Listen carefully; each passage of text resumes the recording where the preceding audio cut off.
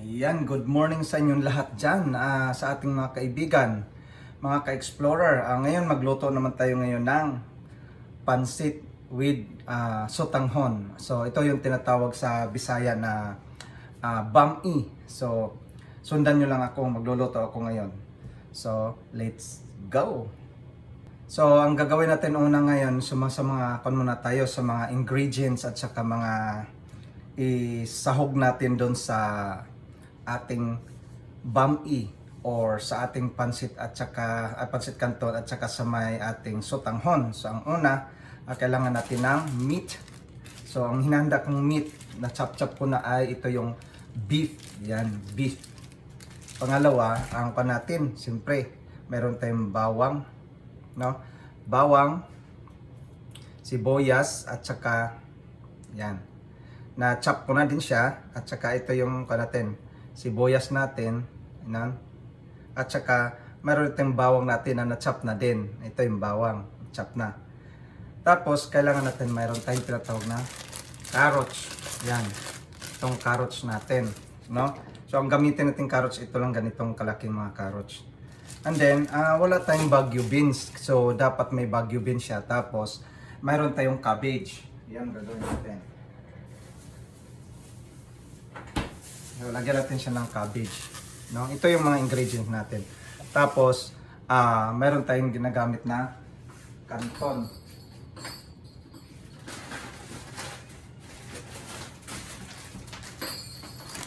Itong gamitin natin at saka itong sotanghon na to, no? Yan, sotanghon. So yun ang natin. Lulutuin natin ngayon. So ang tawag nito ay bami sa Bisaya pa. Ito ay consists of bihon at saka or sotanghon at saka yung canton. Yun mostly ang ginagawa natin. So simulan na natin pagpakulo. Ayan. Ayan, so ito yung mga natin, gagamitin natin na cabbage. Ayan. Tapos meron tayong sibuyas, onion. Itong natin, garlic at saka pepper. Tapos gagamitan natin ng carrots, ganito. Carrots niyan. Tapos itong gagamitin natin, yung toyo, mantika, meron tayong black pepper, tsaka itong pantimpla natin. Tapos kumuha din tayo ng ito siya, powder na siya. So pwede na yung idaritso, wala nang timpla-timpla noon, wala na, daritso na siya. So ito yung mga gagamitin natin. Ayan.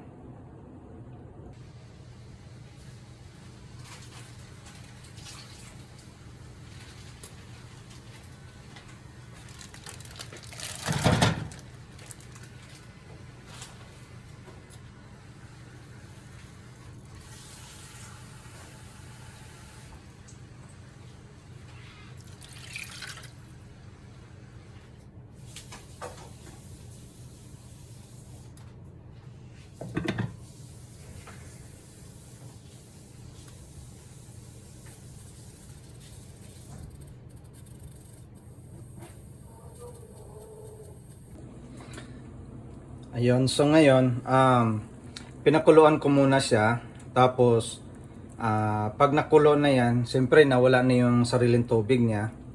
Ngayon, dadagdagan ko to ng tubig para ang sabaw nitong baka na to, ay yun ang ilagay ko doon sa ginisang bawang, sibuyas, carrots, at saka, atsal, kung sa Bisaya pa atsal. Ayan. So, yan, dagdagan natin ng tubig ngayon, yan. So ngayon, habang kumukulo ito, punta na tayo dito sa malaking kaldero natin. Ayan. Punta na tayo dyan. Ayan, so start na natin yan painitin. Tapos lagyan natin siya ng mantika. Small amount lang of oil. And then, isunod pag nainit na yung mantika, ilalagay na natin yung bawang, sibuyas, pepper, green pepper, at saka lagyan natin ng yung karne na pinakulo natin din, transfer na natin dun, isama na natin kasi doon. Kaya pinakulo ko yun kasi ang sabaw noon, kailangan natin gamitin dito, no? Doon natin ilunod yung canton at saka yung sotanghon para masarap na may lasa siya. Sige, simulan natin. Yan, ka-explorer, since mainit na siya, hinaan natin. Since mainit na siya, lagyan natin na ng mantika. Ayan. So, una, mantika muna. Small amount lang. Ayan. Tapos, kaunting kulo lang ng mantika na yan. Tapos, saka natin ilagay na yung, ang mostly sa akin ang ginagawa ko, inuuna ko yung onion. Kasi ang onion, kung unahin natin yung bawang, maunang masunog yung bawang. So, onion muna. Ayan, mainit na siya.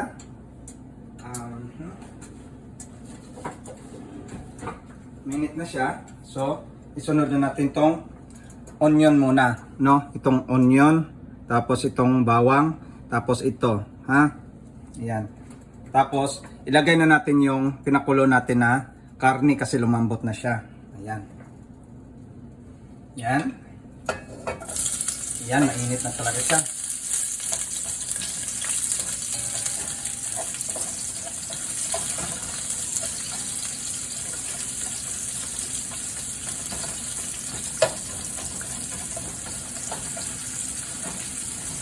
Yan. Antayin natin sa mag-brown yung onion. No? Yung onion. Habang ginagawa pa natin itong ibang pa natin. Pag nag-brown na yung onion, saka natin ilagay yung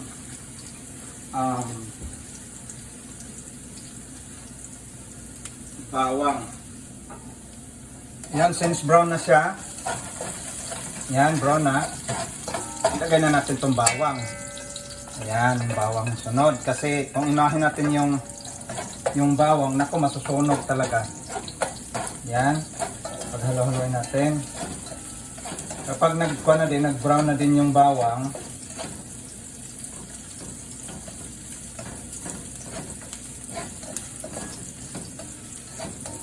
ayan.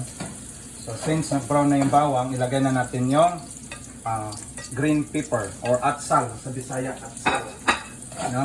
So antayin din natin to, mga kaunting halo lang, tapos susunod na natin yung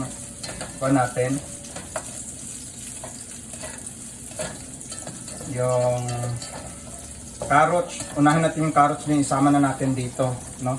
Habang pinakulo natin yan or nasa mantika, hanguin natin yung hanguin natin yung meat.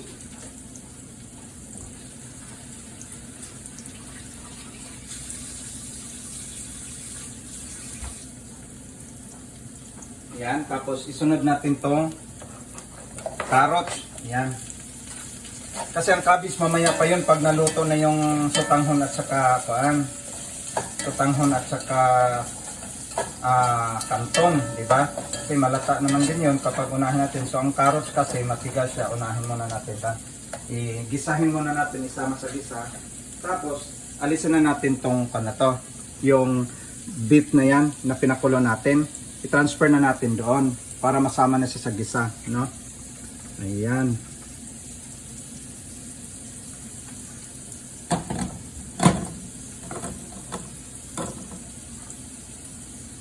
Kasi kung bakit ginawa ko na itong ganito, para lumambot yung baka. Kasi baka ang nilalagay ko eh. Ayan.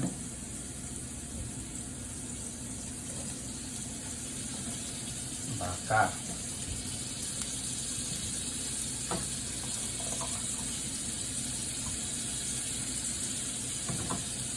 Lagi kong ang lahat ng mga red meat o mga karne, lahat ng mga karne na hinuhugasan ko talaga kasi to make sure na hindi ka masira ang tiyan mo or kailangan talaga hugasan. Tapos pinapakulo ko talaga kasi may mga pa yan, tubig-tubig pa, no? May mga tubig-tubig pa. Ayan, so ayun na siya. So ang gawin natin ngayon, haluin natin siya tapos takpan natin. Ayan.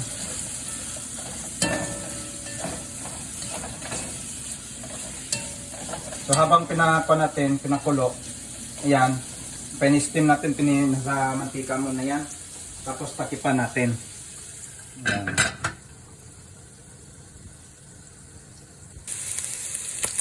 So yan ang hitsura ng natin. Na ginisa natin yung bawang, sibuyas, pepper, carrots at saka yung baka o meat. Yan, no?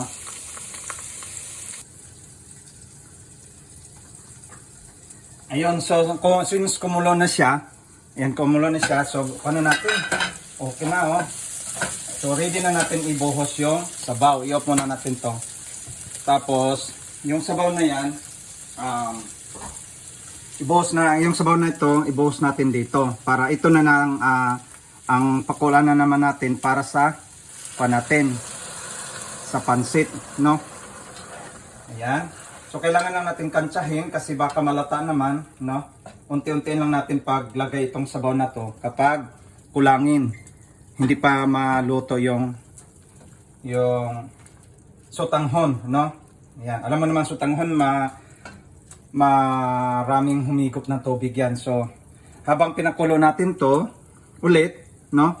Tintemplahan na natin para mamaya pagkatapos ng kulong-kulo na din yan, ilagay na natin yung sotanghon. Okay? So, ang gagamitin ko ngayon ay itong powder. Yung powder ang gagamitin ko. Para sure.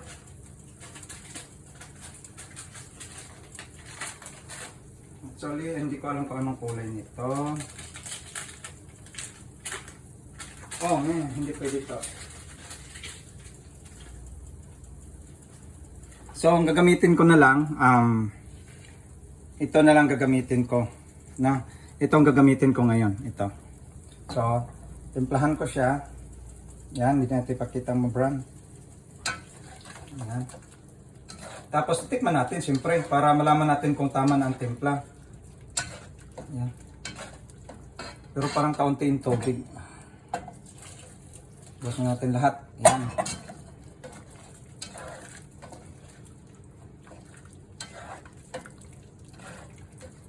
Yan, tikman natin.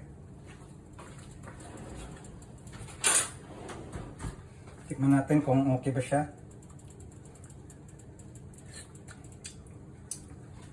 Kaunting. Lagyan natin ng pepper. Pepper at saka asin.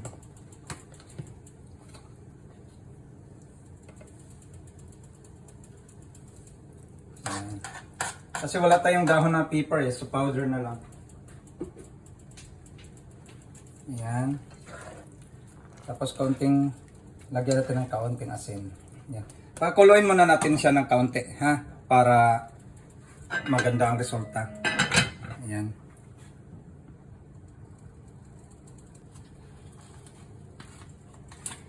Lagyan natin kaunting toyo.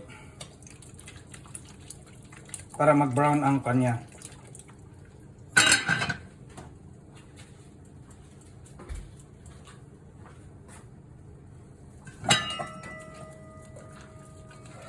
So, kulay niya is brown ang texture ng sabaw. So, pag ilagay mo yung sotanghon at pansit dito, magiging maganda ang tingnan.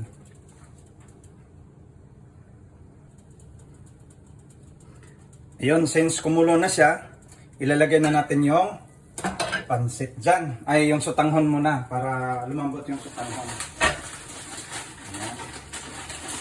Sa akin kasi dinadiri ko paglagay dito yung sotanghon na to. Yan.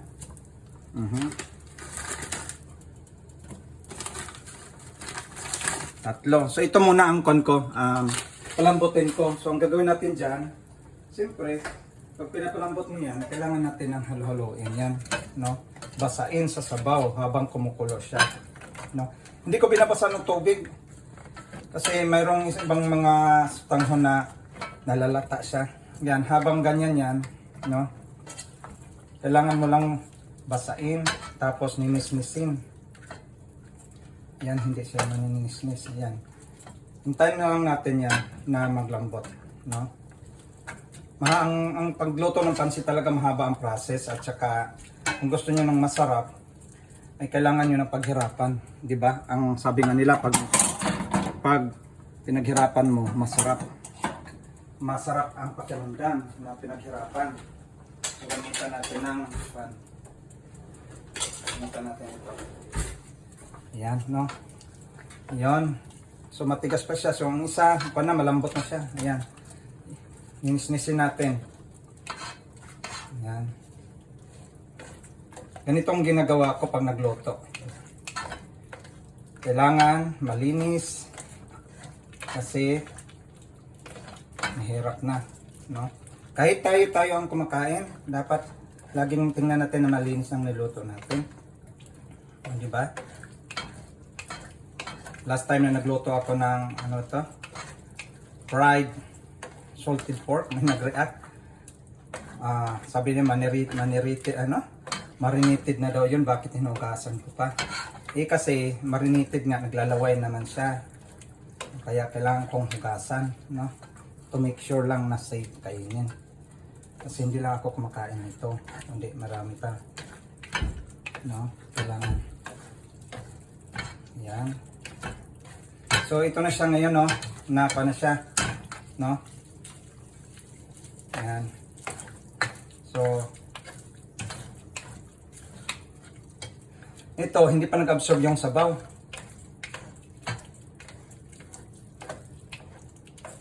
Yan siya. Yan na.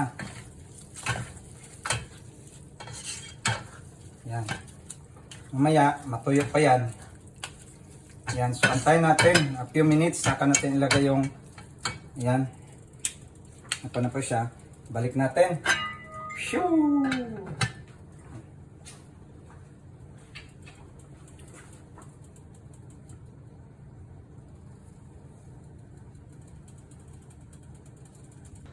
Yan, so siyempre habang pinakulo natin yung sotanghon, maya ilagay natin yung pansit. Pero habang pinakulo natin yon, i-ready na natin yung lagayan natin. Katulad nito, no? Yan.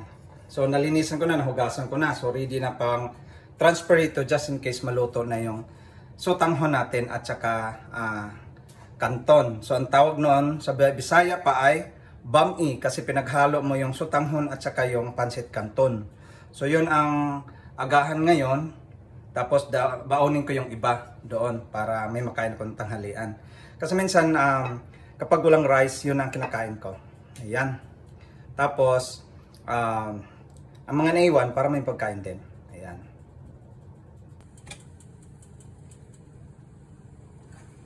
Ayan. Ayan na. So since ko na siya, patuyo na din siya. So may kaunting-kaunting sabaw lang. So yung kaunting-kaunting sabaw na yun ay para din sa pansit canton. Yan. Businessin natin ulit. To make sure na maghiwalay-hiwalay sila. Yan. Maghiwalay-hiwalay siya katapos na ang Valentine's Day. So kailangan natin maghiwalay-hiwalay na. Ayan, di ba? Oh. So ngayon, nilagay na natin yung pansit canton. So tama-tama may sabaw pa siya.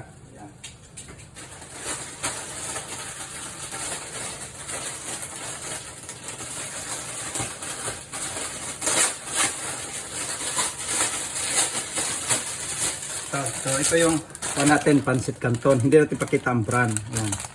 So ang gawin natin dito, lagay na natin dito. Yan ang pansit canton kasi mabilis lang maluto eh. Yan.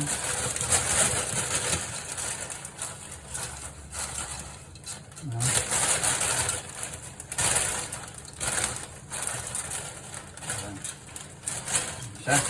So hindi natin ubusin to kasi baka hindi din maubos pag kinain kasi ang iba naman.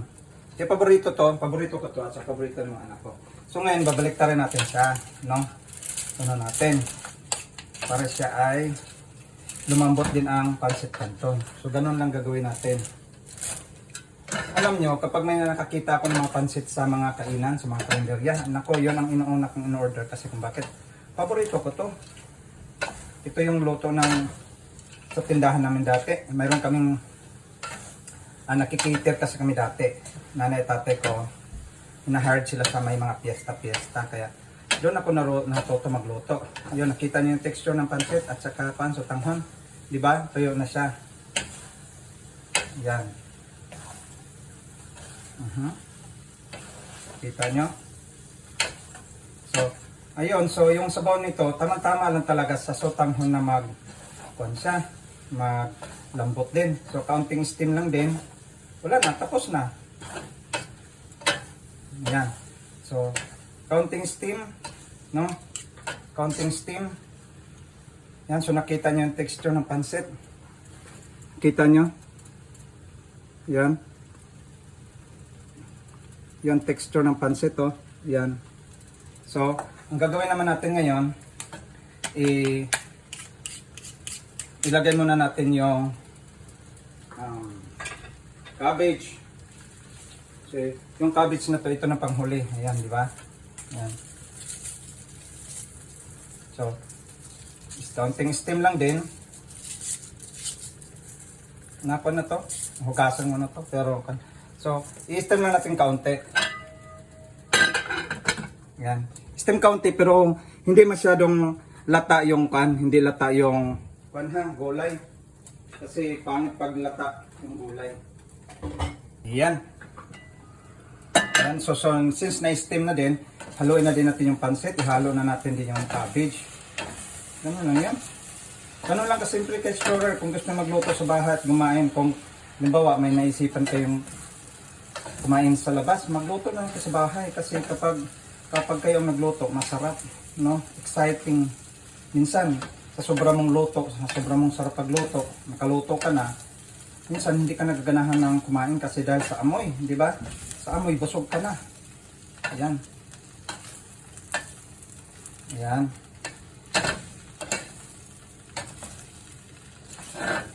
Yan, so medyo marami-rami, kaya kasama na yung agahan nito. Ano? Yan. Kailangan natin hiwalay-hiwalay yan. So, hindi mo kailangan na ipalanta yung gulay. Kasi pangit paglanta ang gulay. Yan. So, ito siya. Yan. No? Yan, medyo nagkalat. So, gagawin natin dito, ipa-steam na natin siya. Kaunti, tapos tanggalin na natin, tapos na tayo. Yan.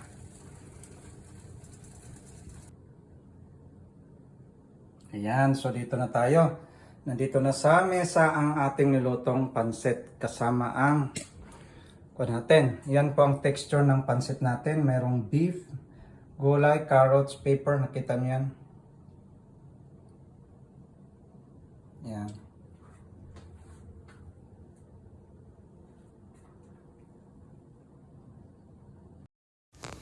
Ayan, tikman na natin to. Ang natin, pansit na to kung ano bang lasa. Ito na din yung natin. Mag-agahan na din ako para i-prepare ko na yung sarili ko para pumasok ngayong umaga. Ayan. So, masarap siya tingnan. So, at saka paborito ko ito. Kaya ito yung niluto ko. Naplanuhan ko na iluto at saka gawin kong video para may matutunan din kayo sa aking mga niluluto. Ayan, so tingnan natin. Prepare natin dito sa plato ko. Ayan, sige, kain na tayo. Ayan, kain. Sarap. Ayan, malasang malasa. Ayan, sige. Ayan, ibig sabihin, wala nang usap-usap kundi yan, masarap yan ang kain ko dahil masarap yung luto ko. Ayan, sige, tuloy lang.